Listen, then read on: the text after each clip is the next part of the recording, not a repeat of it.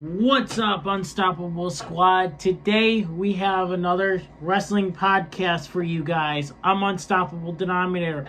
Over the phone we have... What is going on, guys? Pistol Pete here. So, reason why we are over on the phone is because I'm under the weather today. So, hopefully next week I'll be much better. We'll have you over here and Vulture. I was planning on having Vulture here this week with you anyways, but I'm feeling under the weather. Okay, yeah, that makes sense. Because he's down in the dumps right now. So, I'll maybe if you remind me to tell you what's going on after the pod, I'll let you know. First things first, WWE stars Chelsea Green and Ethan Page are the new AAA Mixed Tag Team Champions. Well, congratulations to them. Does this mean that Ethan Page could move up to the main roster now? I mean, I'm not going to say much, but he is this would be his third title since coming over to WWE. Yeah. He won the NXT the NXT Championship. He's the current North American Championship in his first reign, and now him and Chelsea Green are mixed tag team champs with AAA. And Chelsea Green also did something coming up. So, yeah. But yeah, congrats to these two. They're two of the best in the promotion, in my opinion. Agreed. Also, with Chelsea Green, she won the U.S. belt against... you're just going to go straight into it. Okay. Against Guilia. Congrats to her. This is her second reign. Yes, as but champion. WWE just buried Guilia. I wouldn't say. It depends on what they do with her going forward. Because they could be taking the title off of her to push her up to the bigger title. Maybe. Who knows? And let's not forget, she's a former NXT Women's Champion. So maybe this is their way of pushing her up, but only time will tell to see if she got buried from this. I don't think she did, but I definitely see the arguments for it because of a certain other superstar that we'll talk about later in the podcast. I do believe just got buried, but I think that was self-inflicted. We'll get to that. We'll get to that when we talk about it. Okay, if I know what you're talking about, but it's going to be interesting to see what the WWE does with Guilia and also with Chelsea Green and Ethan Page going forward. Yeah, I agree. As far as Chelsea Green and Ethan Page go, congrats to them. They seem to have good chemistry together, and we'll have to see what happens. Now, they're both dual champions too. Right. Which I think that's the first time that's happened in quite some time, at least, right? Because I don't remember a tag team that had both titles a while. I think the last one, it was the Usos. There's a little fun fact for you, too. But do you think that WWE could make the jump and make a mixed tag team championship? I don't see why they haven't already, to be They honest. should have done it when they did the mixed tag team tournament back then.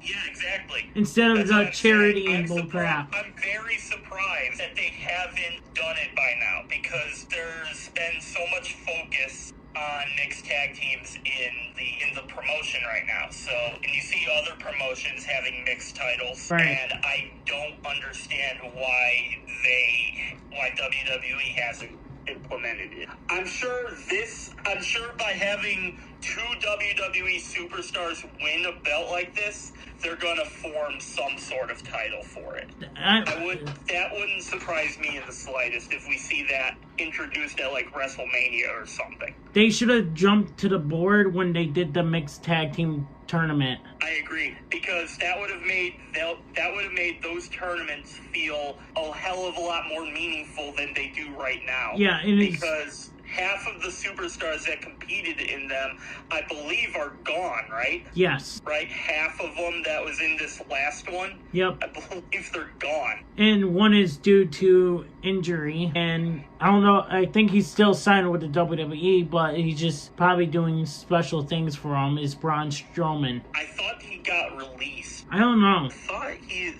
maybe he's still signed with them. Yeah, it says It doesn't say he is still with the promotion. Braun Strowman is currently not signed with WWE. Yeah, he's not signed with WWE. So he got released in May 2025. Yeah. So he has stated he is semi-retired. But he is currently doing a TV thing on the USA Network. Yeah, it says that right here on the Wikipedia page, it said that WWE considered bringing him back in part-time capacity between 6 months to a year, despite his left leg being 15% paralyzed. Yeah, which I don't think they should if it's paralyzed. Yeah, I don't think so either. I think they should have him do retired. a commentator or backstage role or be a coach or something. Yeah, like Corey Graves is doing it, and a bunch of other superstars are doing it too. So. Or it could be like Big E. Have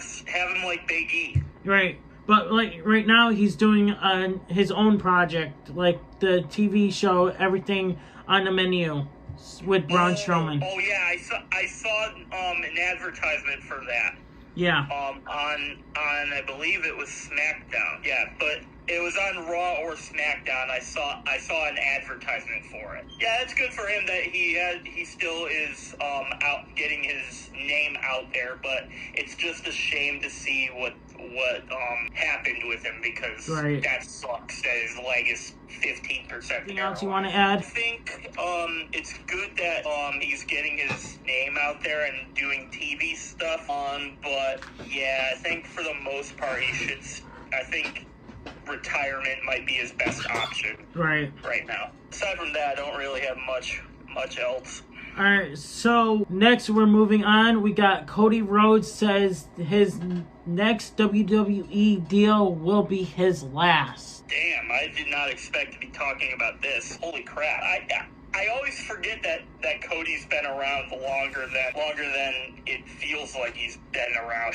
Right. And because it feels like he's has so much time with his career left, but I mean, he's a father of two. He basically achieved I think winning the championship was the last thing he wanted to do anyway. So yeah, and plus it made sense as to why. I guess it makes sense in that, right? But I did not expect to be talking about this in 2025. I'll be completely honest with you. I'm shocked that I'm hearing about this, but I mean, I can't really blame him due to everything he's got going on in his life right now. I know you have much more things to say about this, but he did sign a multi-year extension with WWE in spring of 2024. So maybe when he does another contract, that might be his last contract. I think it's gonna be a big contract, right? And then maybe a 5-year deal or something. Right here it did say that Cody Rhodes has indicated that his next contract with WWE will be his last. Retirement timeline based on a potential 5-year deal following his current one. He could retire around 2032 when he would be 47 years old. Yeah, it seems about right. And that seems like what I was thinking. Maybe the last big deal for him would be a 5-year deal or something. Right. And a reason for retirement, his plans are influenced by his family, and he wants to have more present role in his child's lives, similar to the balance of his father had after his in-ring career. Yeah, it makes sense, and I respect that for him. If he wants to be with his family, you should honestly, if he is thinking about this now, somebody should just give him as much time as he needs, really. Right. Because I mean, they're on the road for 96% of the year or something. They only have the major holidays with their families. Yeah. So and even some holidays they're working those. I definitely understand being on the road a bunch. Right. That I could get at him, and yeah, it makes total sense to me. And I fully respect this decision. We'll see what happens. But yeah, I'm still kind of surprised that we're talking about a Cody Rhodes retirement now. Well, it was brought to my attention when I saw that. I was like, well, looks like we should talk about this. Yeah.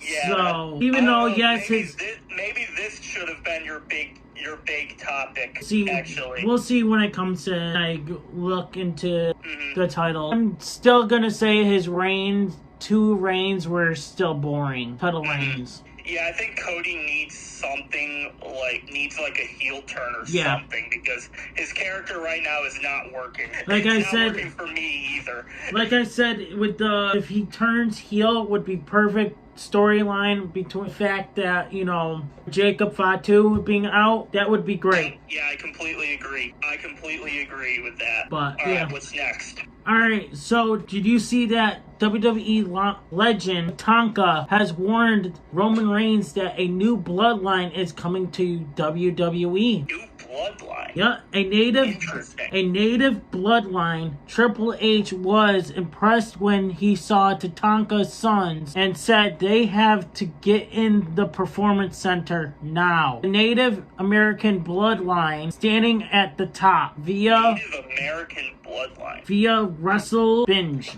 I mean, I don't know much.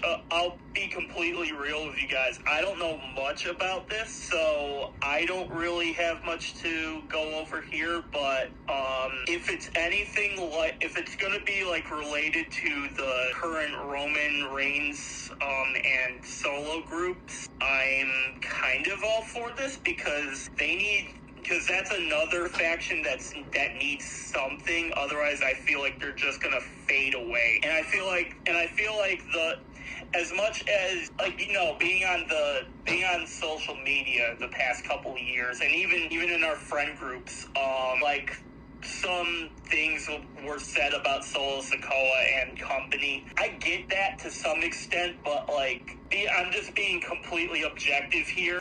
What they are doing with them right now is they need some momentum going for them. I just think if they continue on this trend, I feel like they're all gonna fade into the background, and I don't want that for them, because all the people involved are some of the most talented this industry has to offer. So yeah, we'll have to see about that. Yeah, I feel like they need something, and this could give them that option. Well, we'll see what happens. Moving forward, we have, did you see that referee Charles Robinson's nephew passed away due to a bike accident? Did see that. That was really sad. I always hate when we have to bring these up on our podcasts, but because it's never not tragic when a parent has to bury their kid. Obviously you have some instances where the law kind of gets involved and see some people that they get arrested for some stuff, but overall it's never a pleasant topic to be discussing. Right. And prayers to Charles Robinson and his family. Absorber newsletters regarding Will Ospreay, him coming back in 2026 in January is not the case. Ospreay is actually hopeful of being able to start lightweight workouts in January. He is a long way away from returning. Did he get injured? Yeah, apparently, I guess so. I don't remember him being injured. Of course, I haven't watched AEW in a long time, so he must have got seriously hurt. I guess some things have to be progressing, right? If he's getting back into workouts. But did he suffer a major injury? I'm guessing. Hold on, let me look this up. I know, we should have looked up before we... Oh, he had neck surgery. Okay, yeah, it does. But we should have looked up these facts. Yeah, we should have looked this up a while ago. But we literally do this on the fly, guys, so... He has not announced a timeline for his return.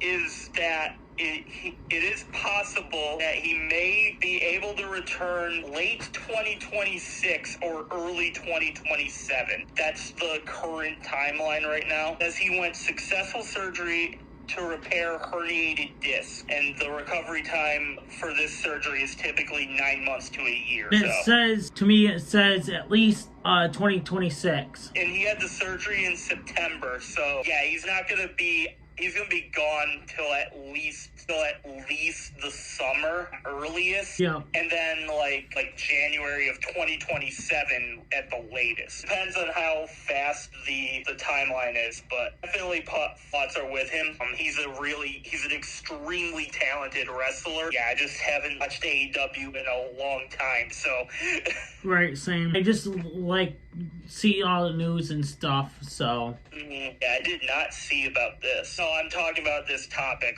I did not Oh, okay, yeah. Yeah. It brought to my attention, so I was like, all right, we got to talk about this since we know we do talk a lot of stuff about wrestling on this show. Speaking of injuries, Kevin Owens has been seen training at the Performance Center as well recently.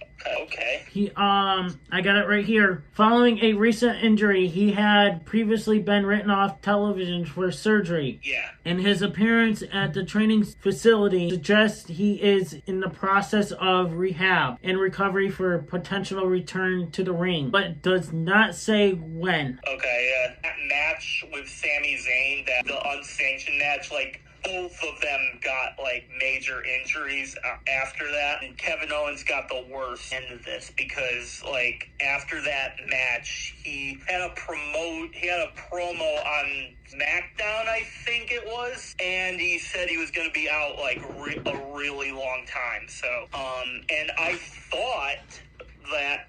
saw that it could have been a career ender, but after hearing about this, it seems like that might not be the case anymore. Right. But I'm not gonna say don't expect to see him back anytime soon, though. Right. And plus, we don't know how long he's gonna be out for, so. Right.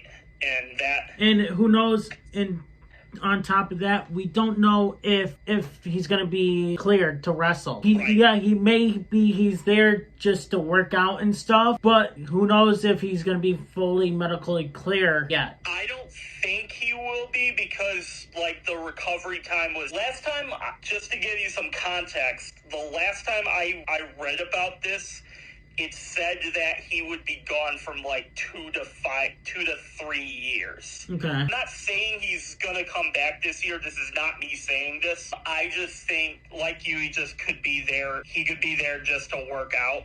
Yeah.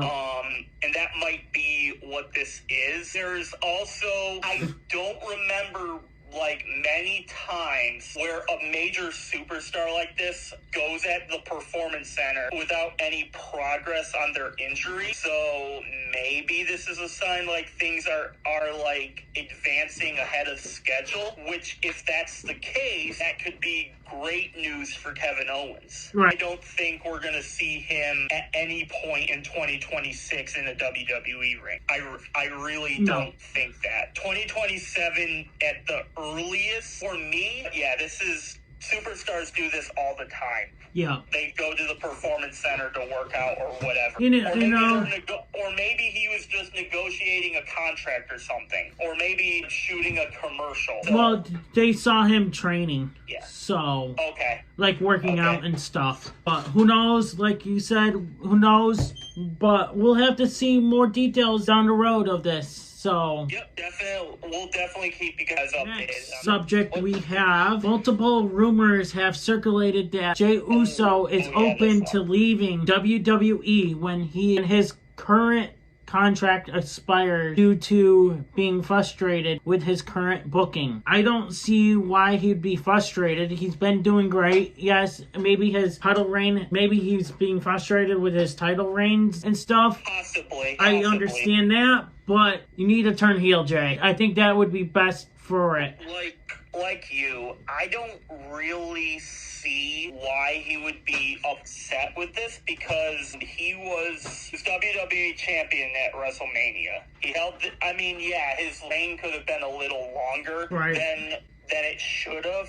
I think taking the belt off of him at SummerSlam might have not been the right move for him, but he kind of got screwed in that sense. I him and his brother are also multi-time world tag team champions. I believe they have the longest title reign by a tag champion. Yeah, champion. I think that's when they were with the Bloodline. I believe they broke that record. Yeah, I think that's what it is too. Yeah, so I don't really see why he would be upset, but maybe it's because his title reign wasn't as long as he was.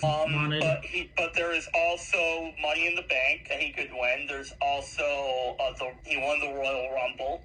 Maybe he wins it again this coming up. I think you just got to turn heel. Yeah, definitely. Yeah, I think you got to turn heel here. That might be what's best. That might be what's best for business in your department right now, Jay. Yeah. And there's no way he's watching this, but if he is, this is what I would say. You gotta turn heel. If you're really frustrated, and maybe that would be a way to get all the frustration out of you, and you'll feel much better after you did that. Oh yeah, definitely. You can also look at it like that. Maybe the superstars that turn heel are not really turning heel. They're just venting their frustration out. Maybe. Out of their opponent. But who knows? But it would be interesting to see Jey Uso definitely turn heel. They should actually probably I think they're probably gonna, like I said before, weeks ago on our pod, saying that Jey Uso could probably turn heel by Survivor Series. Yeah, so you're maybe a War Games heel turn for Jey Uso, maybe? Yeah, I think he's gonna cost them. That's what I feel like. I could see that. Definitely could see that. We have to wait and see, but I think him turning heel might be the best option for him. Alright, so I sent this in our group chat that Drew McIntyre receives offer from another promotion after WWE lost to Cody Rhodes. This is what I was saying. Like, after he lost to Cody, I mean, I guess I could see it if Drew, this could be a sign that Drew's on his way out, maybe. I don't know. I don't personally think he's going to leave WWE. If he is, I don't necessarily blame him after his booking.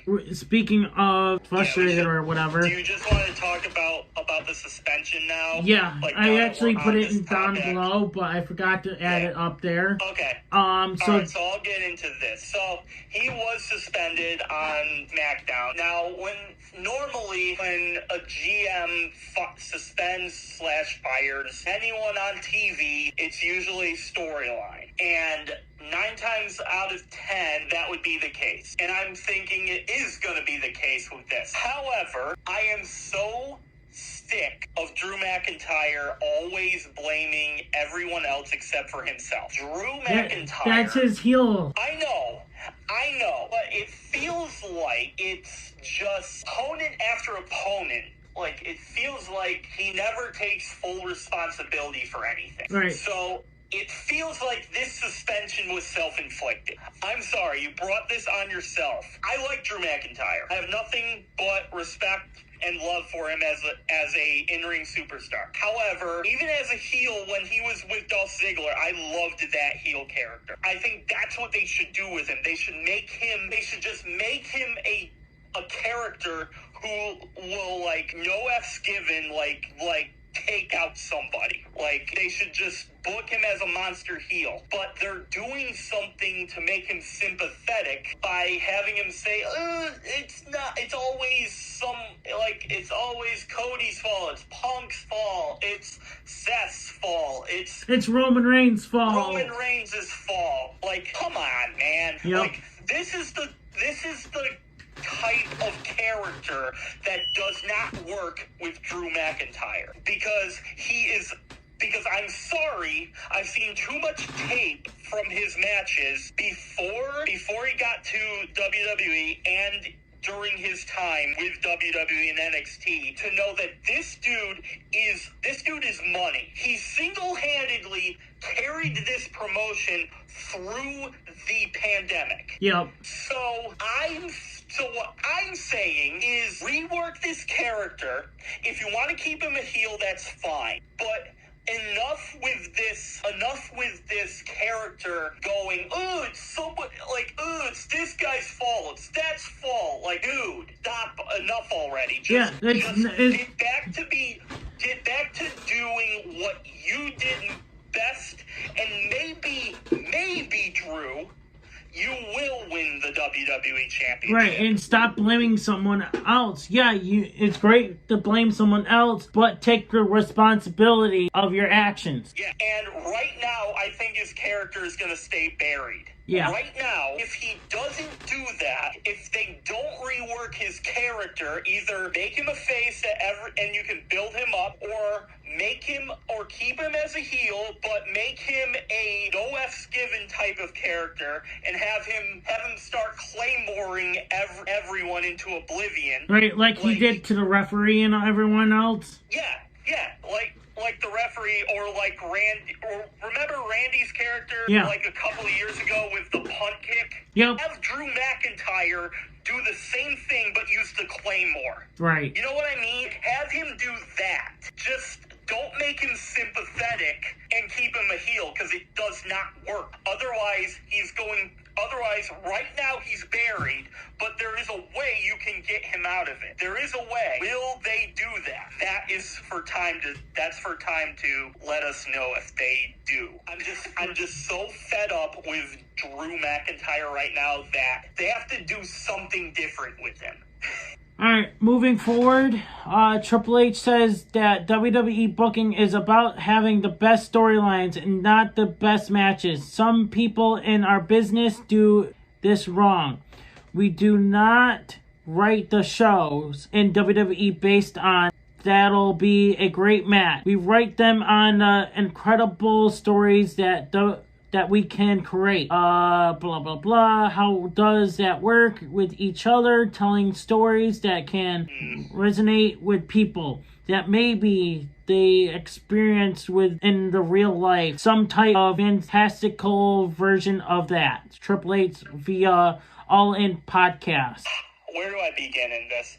He was completely talking about Tony Khan. About that would be a great match. No, that's what Tony Khan does, because he has dream matches that he wants to see. I do believe Triple H when he says it's the story, because there are certain matches that we've seen over and over. Like, how many times has Rusev fought Dominic Mysterio? Right. In the past 2 months? Like, they've had that match at least 3 times. He was 100% talking about Tony Khan, because that's all Tony Khan does.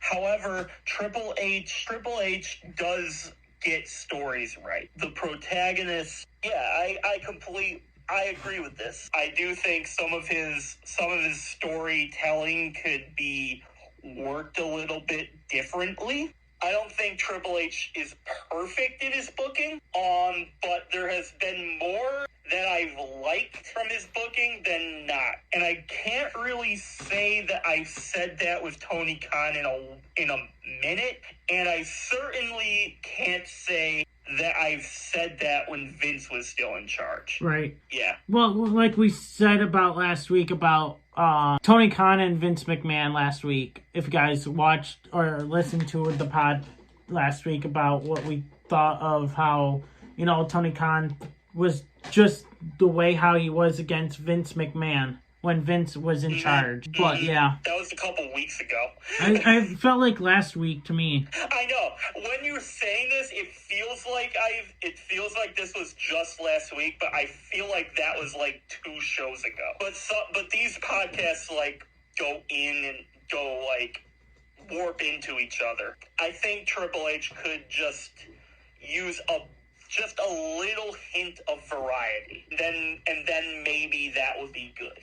Maybe he would be better, but for right now, I think we're living well. I do want to add this. TKO president says WWE needs to move past Vince McMahon's created PLEs. The only ones they should keep is WrestleMania, Royal Rumble, and SummerSlam. Get rid of the other ones. I think you could just keep the Royal Rumble, keep WrestleMania, keep SummerSlam. Yeah, and Money in the Bank. Keep I think keep Survivor Series and keep Money in the Bank. Definitely. Those 5 pay-per-views. Those 5 pay-per-views keep. Rest you can do whatever you want with the rest of them. Right. Like the rest, like there used to be you can do away with most of the others. Used to be a sizable gap in the way they care. You can notice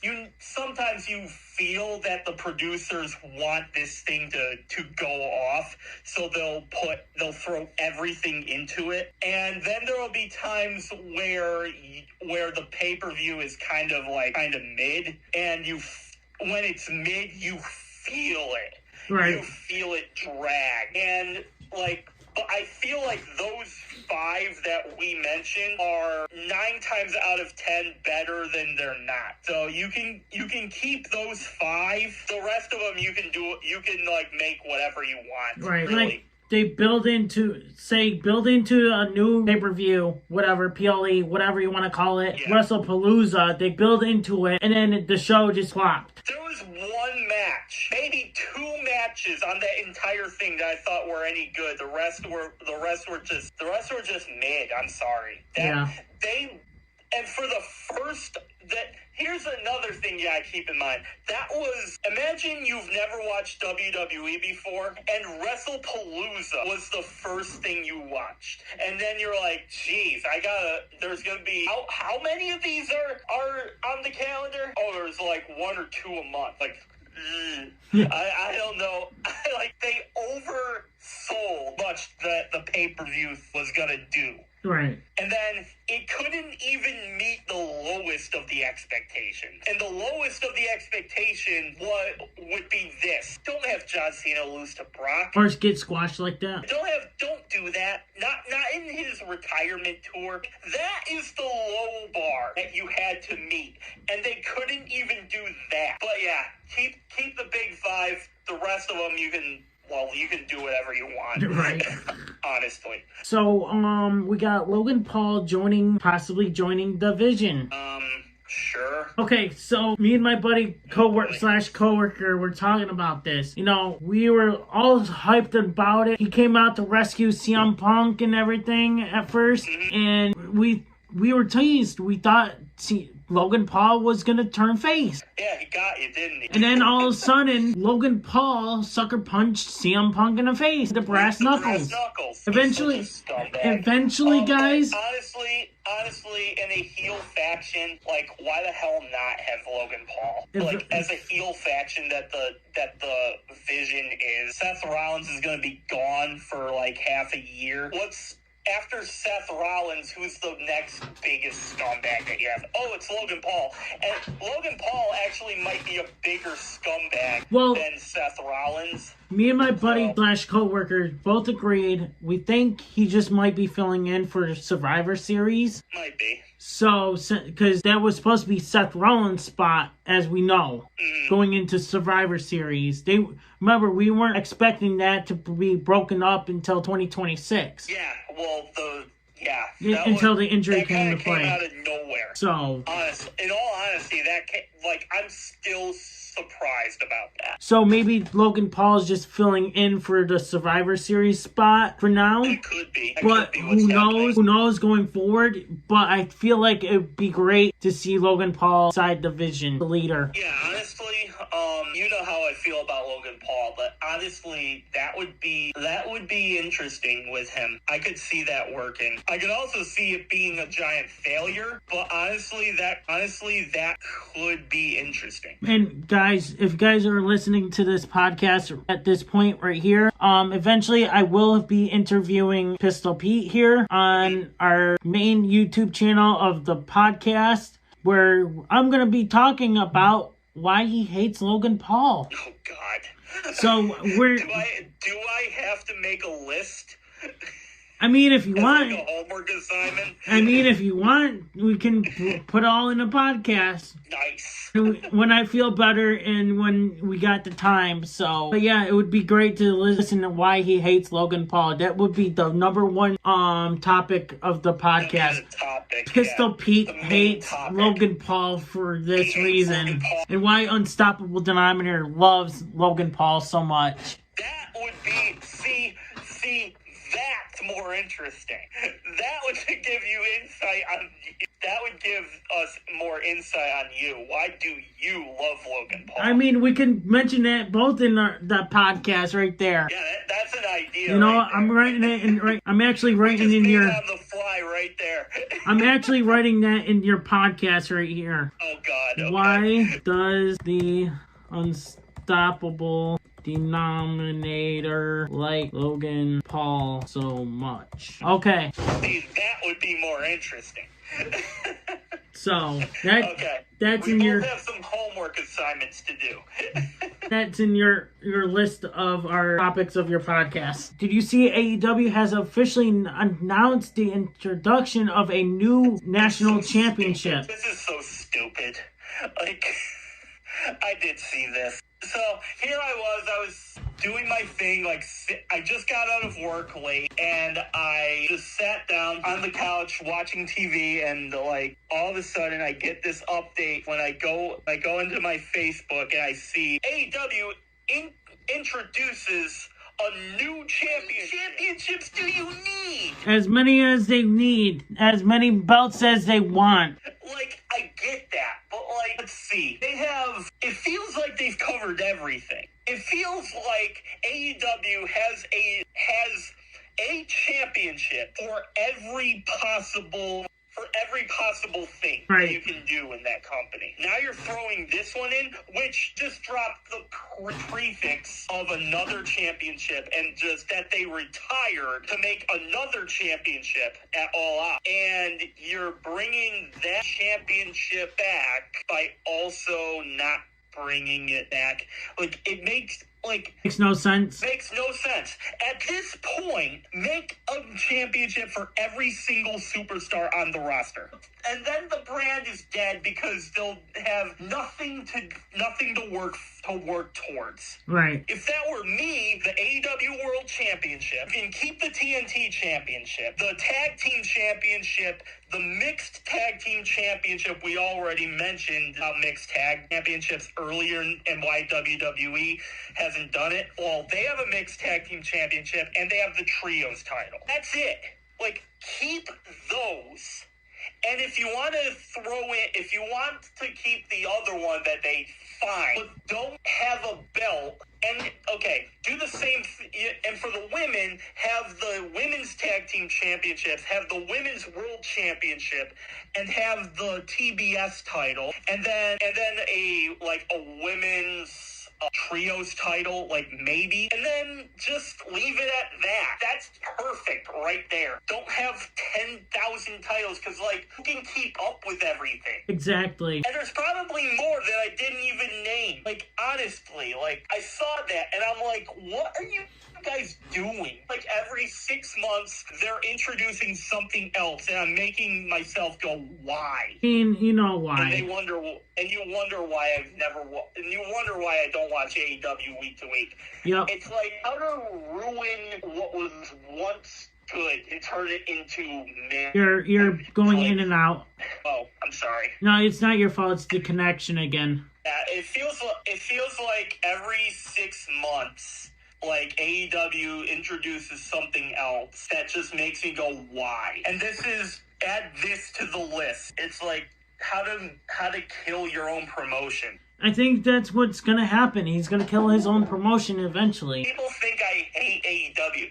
I don't hate AEW. I actually want AEW to do well. I feel like as many promotions in this industry is just good for business. Right. It's even better for business if all of them have TV time. Exactly. But the problem with this company is the pay-per-views are so good. Every time I've bought an AEW pay-per-view, I've earned my money back. Yeah. We just talked about WWE pay-per-views in this last topic that we were discussing, where I said some pay-per-views are good, some pay-per-views are mid over there. In AEW, I can count on my hand the amount of times I thought a pay-per-view was like mid or bad. I can count on my hand that that's happened. The vast majority of everything else, even the stuff I read on social media now, even though I haven't watched an AEW pay-per-view in months, but the stuff I see on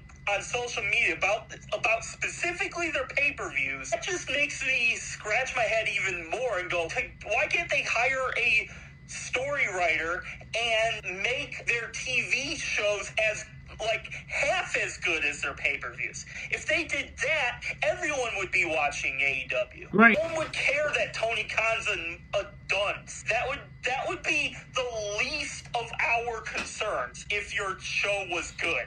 If your show was good and it's run by a moron, fine.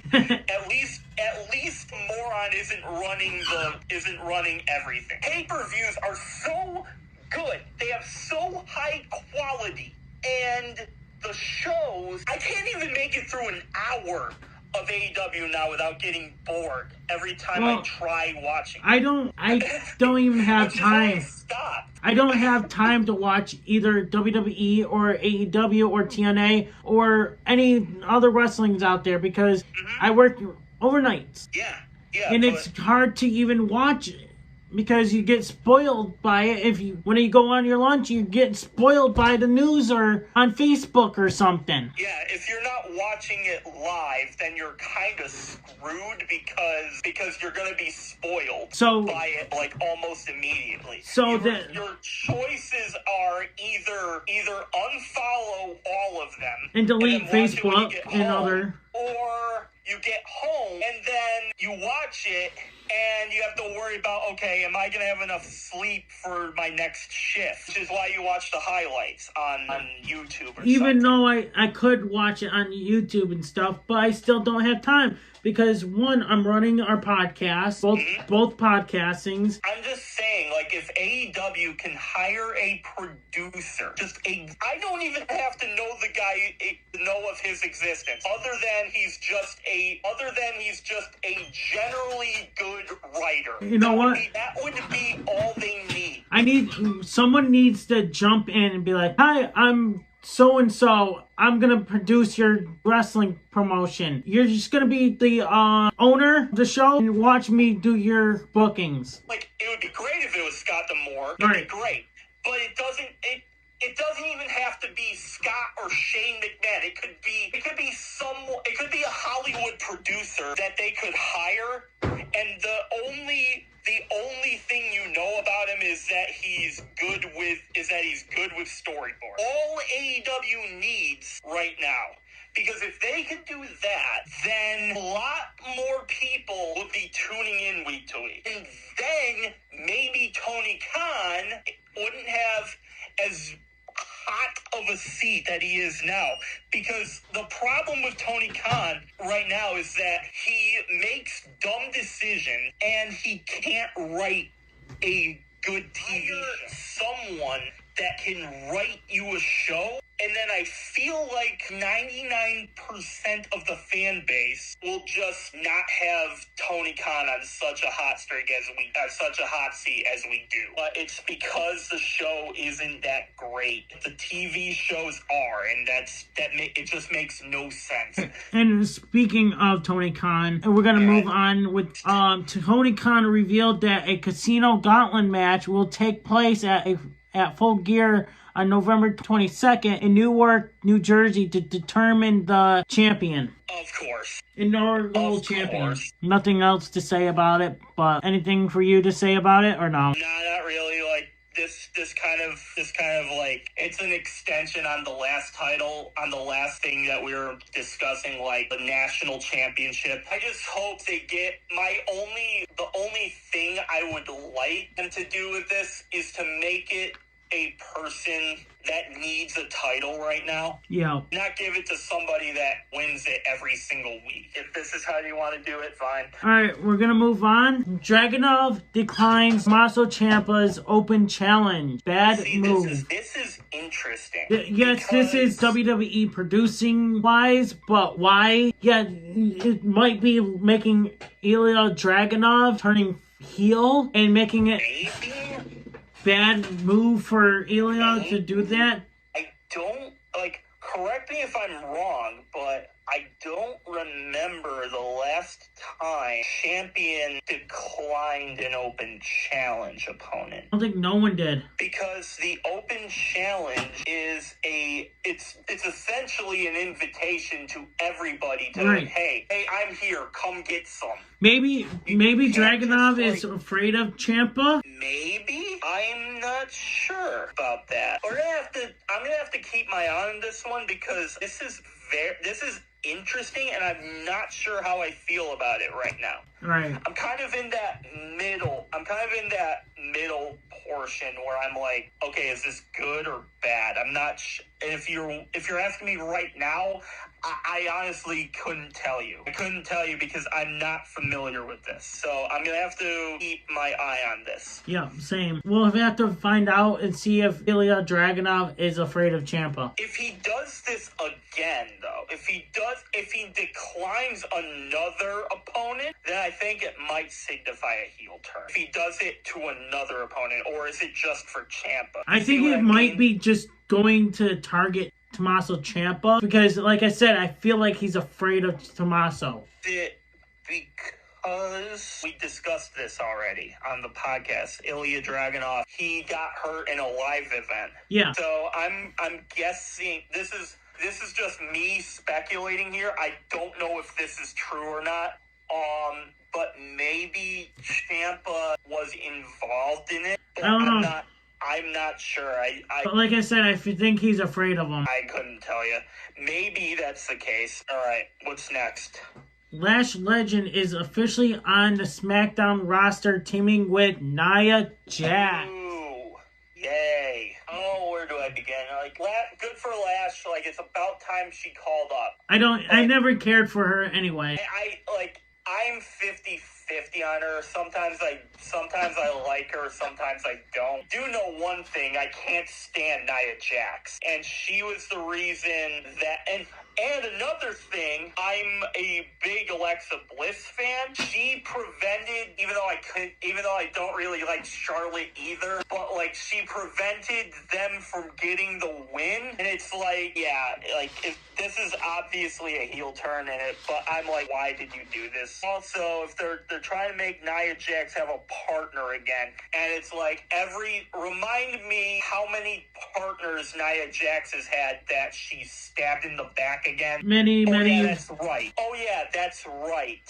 Many. So everyone she was tagged with. So 6 months to a year from now, she's just going to do the same thing to Lash, and it's I thought we were friends. And it's do you not see who you're teaming with right now? Right. Nia Jax, the way you have to book Nia Jax, and it's so easy. Just like Drew McIntyre, you make her a superstar who just doesn't give an F, and you just have her mow and drop people, or whatever her finisher is, do that, and don't have her team with a person she's just gonna stab in the back. Right. Oh, but she might not stab her in the back. Cool. Oh, she will.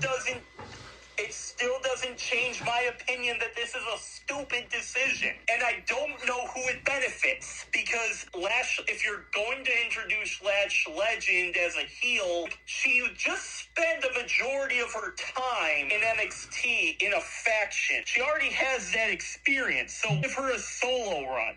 Don't have her immediately team with Nia. It doesn't make any sense. No. My God. Maybe WWE don't have anything up for her up the main roster single. It's clear that their storyboards are shot with Lash, and they're like, want to put her here? Yeah, I guess. Sure, fine, let's do this again. Give Nia Jax another partner. Eventually she'll turn heel on her partner. Betray her partner again. And it's like, bro, she's done this all the time. You figure out a different way to make her, to do her character right, or does Nia Jax need a new character? Oh yeah, that's probably the case. Oh yeah, that's probably what it is. Feels like we're in an endless cycle between Nia Jax and her partners. Oh, Nia Jax introduces new partner. Great. Partner tries poking a joke at Nia. Nia Jax gets offended, and then Nia Jax turns on her, and then the partner goes, "Why, we're friends." They have a fight, and then it's like both of them kind of fizzle away from each other. Right, and then the other one leaves WWE. The only two exceptions to that are Alexa Bliss and Tiffany, but yeah, the as for the other ones, all right, so we have WWE is now officially selling El Grande Americano singlets for low price of $77.99 on the WWE shop. Oh, $78. Only $78, guys. So now your kids can go buy one in the American Grande Americano. You guys can be El Grande Americano for Halloween. You know what? Year. You know what? Have to spend $78. You know what? The fans will be like, "There you go, Unstoppable. There you go. You can be Americano, whatever his name is." Unstoppable. This is perfect for you next year when we're doing Halloween. Perfect. But you just gotta fork over $78 to them. Plus shipping, depends. Plus shipping. And tax. So that would be like about $80. $86. 80-something dollars, yeah, in that department. Sounds good. That sounds like a... There you go, Unstoppable. Your next new mask, take that mask off and get a new one. Yeah, okay, I will. Thank you, fans. I know that I should, yeah. You should, you should be El Grande. There you go. I could see that, actually. You'll have a mask that fits you. I'm thinking about getting a new mask anyway. Nice. I just gotta get the money. That is a problem, by the way. Yeah. But yeah, let's go ahead and buy a singlet on WWE.com. I'm on the WWE website right now. I'm thinking about buying it right now. But let's go. Woohoo! Yay! Coming in never. Yeah. No. What's next? Alright, so Jimmy Uso has disclosed that he selfishly asked the WWE management to let his brother Jey Uso defeat him in just 1 minute at WrestleMania. I don't remember being a minute. It was not a minute. I think it was more than a minute. I think it was. Whatever it was. They've said many times that they just want to have a championship match at WrestleMania, and I guess good for them. But I would have not done that. At least put on a good show. You guys wanted each other to face each other, but not do that. I don't know if it was for a belt or anything, right? No, it wasn't. It was just for a minute. Apparently, it was 1 minute. It was. Oh yeah, I do remember this. Yeah, it was at night one of WrestleMania 40. Jey defeated Jimmy after Jimmy had pretended to apologize to Jey for his actions, in which Jey initially accepted, which led brothers hugging, and then blah blah blah. During the match, before Jimmy super kicked Jey, deceiving him in the process and trying to win the match for himself. That was when they settled their rivalry with each other. Yeah, but it didn't seem like a minute though. No, I don't remember it being a minute. I thought it was like 2 minutes or something.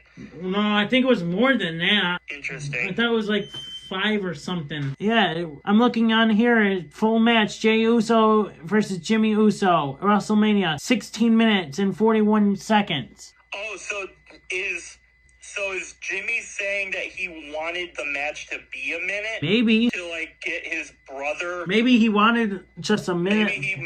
Maybe he wanted the match to be a minute, and that's where he's frustrated by. I don't know. But I would feel like you wouldn't want that match to be a minute. I feel like you would have wanted that match to and say, hey, we can do this on this stage. I feel like that's counterintuitive because most squash matches, it doesn't really do anything for the person that loses, in most of them at least. Right. There are some instances where it's like a heated rivalry and like, yeah, he let that guy know. I can't think of many scenarios where that's the case. Right. So maybe Jimmy wanted this to be a minute, but maybe. Our biggest topic here that I mentioned in our group, Nixon, Newell, Tegan Knox, and Miranda, Alize, AEW Collision tapings this weekend because they refused to lose to Anna Jey and Tay Mello. They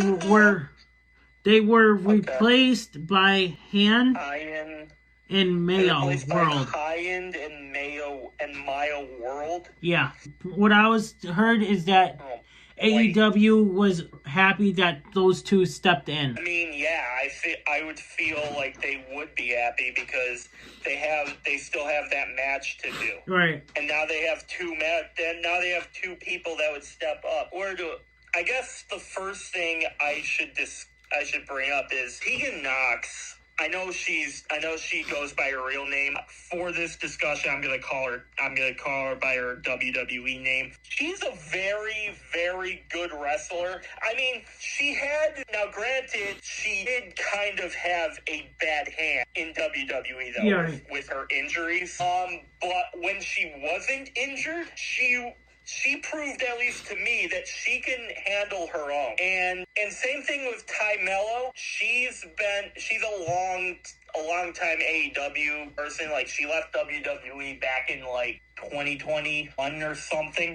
But she's been in AEW for a while. Right. And the thing is, what I heard is that reason why they walked out is because they were not happy. Didn't want to lose. Yeah. Yeah.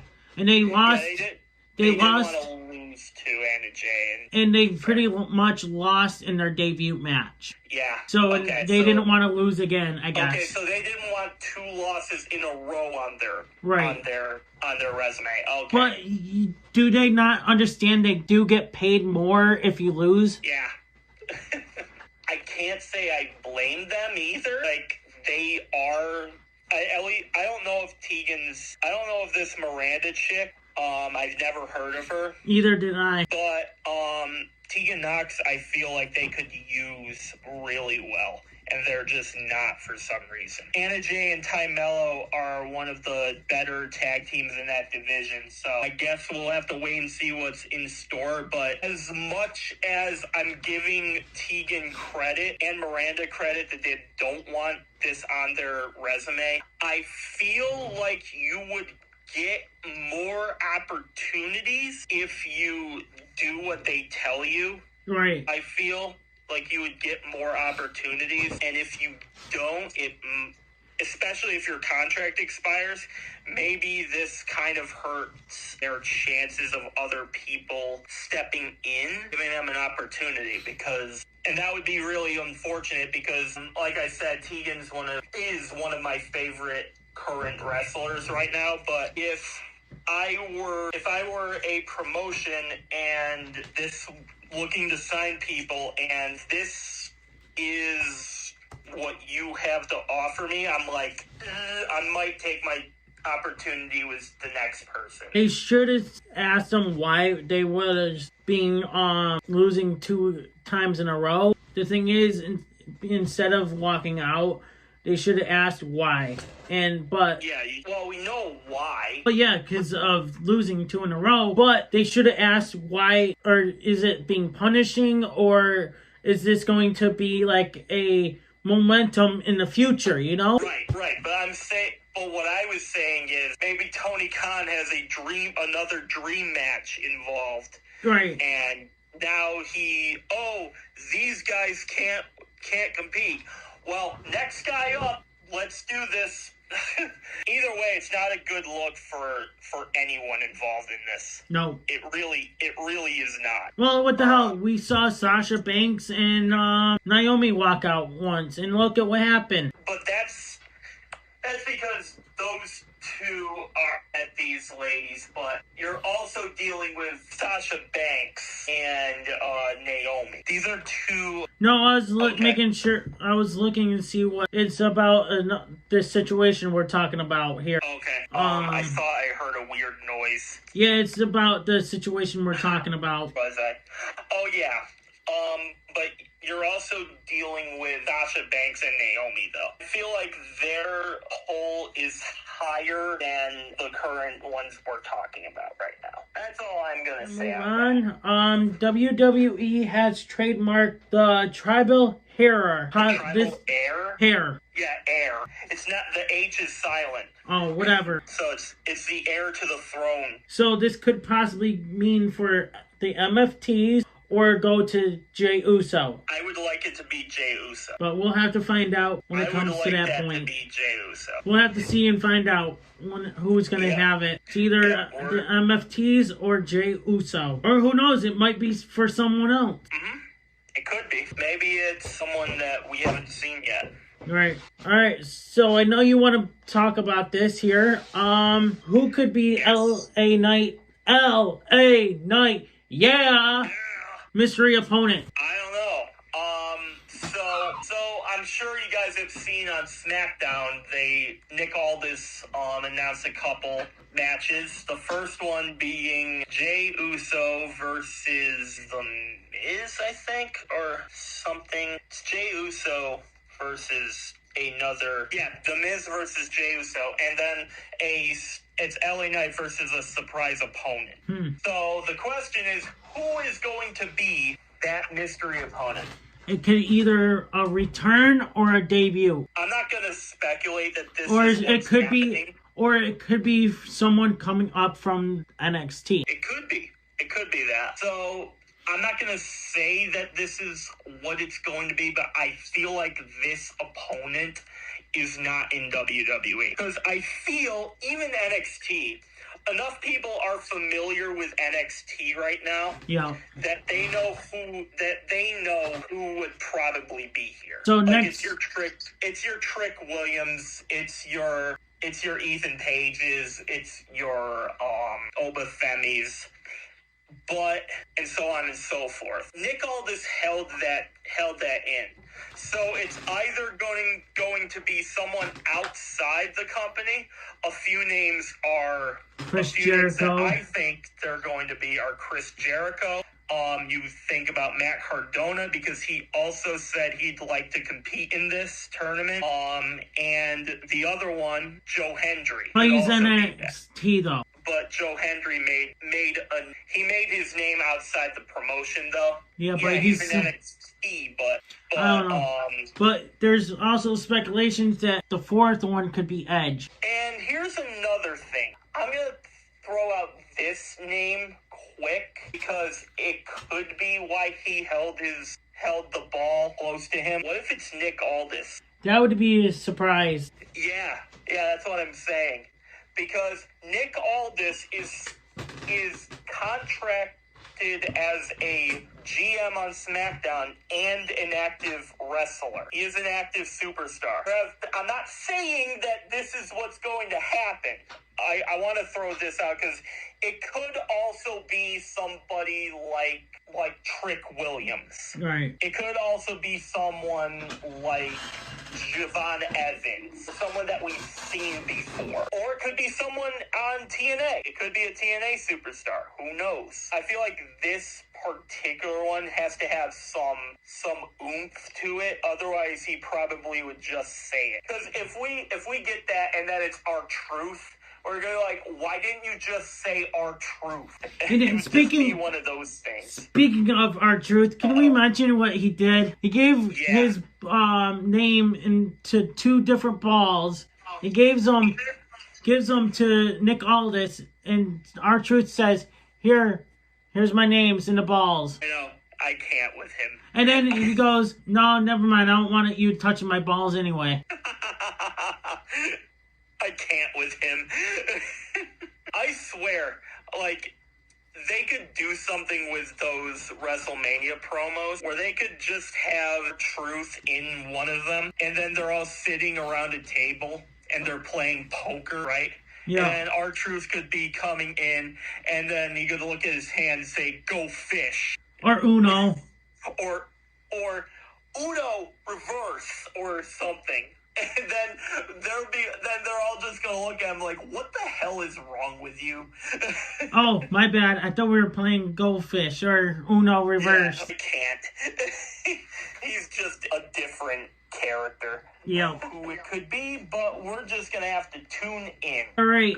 We're getting down to the wire here. The Miz promises to win the John Cena tournament and end his career in WWE this December. No, I'm surprised WWE did not have The Miz versus John Cena yet. I know, right? We haven't seen that match in so long that I kind of want it to be The Miz. Right. I feel like if we're at the end of this and The Miz is the one that wins, I would probably be like, yeah, I could see that. They have enough history with each other that could be a fitting ending. Right. And we haven't on this retirement tour, we haven't really done The Miz versus Cena. Nope. So that could be interesting to have it be The Miz. Right. Yeah, if we get down to this and The Miz is the one that wins, I think that would be perfectly fine with me. You're fine with that? Holy crap. Holy crap. That's coming out of Pistol Pete's mouth. I know. I would be fine with it because we haven't seen the match in a while. They have enough history with each other. I'm not saying The Miz should win. That could be one of the matches that would be left to do. Yeah. It just makes sense. It'd just be one that makes sense. Yeah, I would be fine with that. Never thought I'd say that. I said a lot of things today where I'm going to look back on in like 10 years. I'm like, did I really just say that? You listen to our podcast like, wow, I can't believe I No, I'm talking about today. I know, but you go in 10 years from now, you go to listen to our podcast, you'd be like, I can't believe I actually said that. I know, right? But today, I've just said things like that I never thought I would say. I'm like, holy shit, that was a moment in time that I actually said this. The heck, and maybe I'd be like, what the heck was wrong with me? You must be on drugs. Yeah, I must have been on something. Unstoppable drugdom.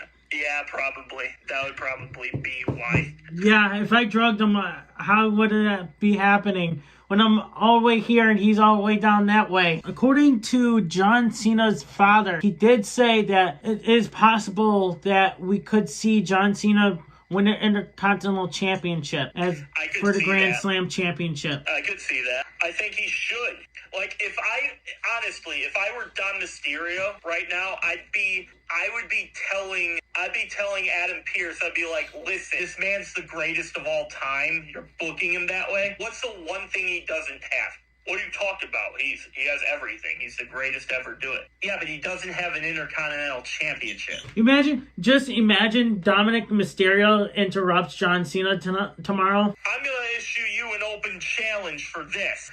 No, I see that he's going to trash talk to John Cena. John Cena's going to be like, no, you know what? How about you, me at Survivor Series, buddy? You, me at Survivor Series for that title. I'm done. Like, I'm down with that. Definitely. Do it right now, Pierce. Book that match. Oh, but we gotta make sure it runs like. Screw that. This is something that needs to happen. Yep, we need John Cena as a Grand Slam champ. So much so that when I was at a live event in Albany a few years back, and this was when Roman Reigns was the Intercontinental Champion at the time, and he had a match versus John Cena, and you know me, 9 times out of 10, I'm on the side with Roman in mostly everything, but it was that one time where I booed him because I wanted Cena to win that title, and he didn't. Right. So,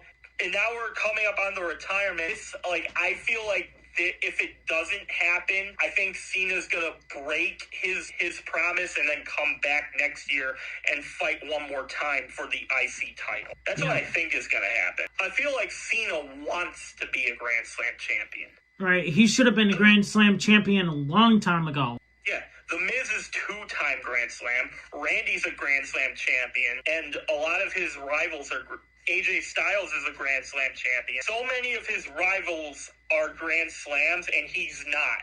I feel like that would be very funny and peculiar that Cena, yes, he's the greatest of all time, but then there would be that one guy where actually he didn't win the Intercontinental Championship. So is he really the greatest of all time? And then I would probably be like, oh, what? You might be onto something there, because I'd be cycling through every single wrestler, and I'm like, yeah, they're all Grand Slams. Where's him? Yep. He might have the most title reigns, but you also know what you get with the most world championship reigns. Also the most world championship losses, because you also have to lose it that many times. If you can make it be that you have won the Intercontinental Championship and add that to your resume, I think you'd be all set. Right. Even if it's just one time so you can have it and then immediately lose it. And to Raw and SmackDown, because it's probably going to be the last Raw and SmackDown you'll ever see Cena on. Yes. So I want to bring this up. Did you see that a fan made GoFundMe for Ridge Holland? No, I did not. Yes, and apparently Ridge Holland claims the GoFundMe was launched without his permission. If I were in Ridge's scenario there, I would probably be grateful, but also like, no, you don't have to do this, right? Right, but he said that he does want to give the money to the charity. I saw.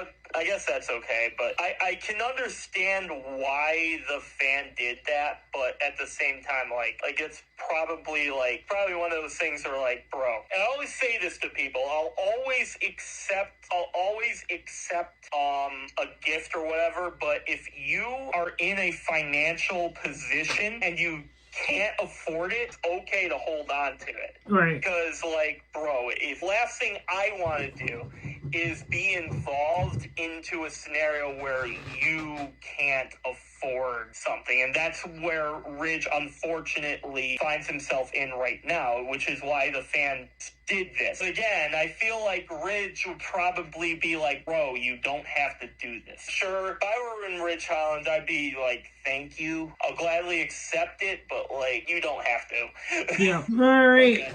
Well, I'm looking as right now. Nixon Newell reveals she's receiving death threats after AEW Collision controversy. I hate people. What the hell? Wow. And the internet wrestling community isn't toxic. Why? How are they not toxic? Why put death threats to a wrestler that left? Makes zero sense at all. Makes no sense. Why? What did they do to you? Oh, they walked out on AEW. They're gonna regret this. They're gonna regret everything. I'm gonna send them death threats. Yeah, well, karma's gonna bite you in the ass, and someone's gonna do the same thing to you. Somebody's gonna do the same thing to you, and then you're gonna be like, why did you say that? I didn't do anything here. Bro, I'm just protecting my brand. And if that person wants to look me in the eyes and say they're not defending AEW, then, well, you're lying, right? You're lying, bro. I can't say, I'm not gonna call you out, but, like, I'm calling you out for being a liar. Right. You're clearly an AEW fanboy / fangirl. Otherwise, you wouldn't be doing this. It would be like okay, it's okay for Tegan Knox and her partner to have emotion. Whether you agree with their decision or not, that's fine. But like, perfect example. Like this morning, I went into work and I said something in the break room. My boss overheard it. He brought me into the office, and I was like, oh shit, he heard this. I'm gonna get roasted. And first thing, he looks me in the eyes and he says, "You have every right to feel how you feel. But is there anything I can do to help you?" That's what he said to me. Is there anything I can do? And then I was like, it gets to me because there was so much stress going on the past couple days, and it's like, so what I'm trying to get at here is Tegan Knox and her partner are well in their rights to feel however you feel. You don't have to be a toxic piece of shit and say that they're wrong for feeling that way. All right, and you know what? I just got another alert. Nixon Newell attacks story that she pounded beers at bar after AEW walkout. I mean, she's not the first person to do that. I feel like that story is like everywhere, like for every person who's a wrestler. Right. Except for maybe CM Punk because he's straight edge, but like aside from the straight edge lifestyle wrestlers, I feel like that is common. Like, she's not the only person to do so. Okay, I feel like that is everything, right? Anyways, guys, stay tuned for next week's podcast. We will be back. Hopefully I'll be 100% feeling better so that way we can do this in person. So, because I got something really cool that we can put on the podcast next week. Okay. I listened to what it came through and it sounded really good and I love it. So, nice. But nice. Anyways, Unstoppable Squad, thank you guys for watching. We will see you next week. I'm Unstoppable Denominator. I'm Pete. We are out. Peace. Hey everybody, it's your boy Skiz here. And if you don't subscribe to Blonde and the Unstoppable Denominator, then you are a toothy bumfuck, pussy ass bitch motherfucker.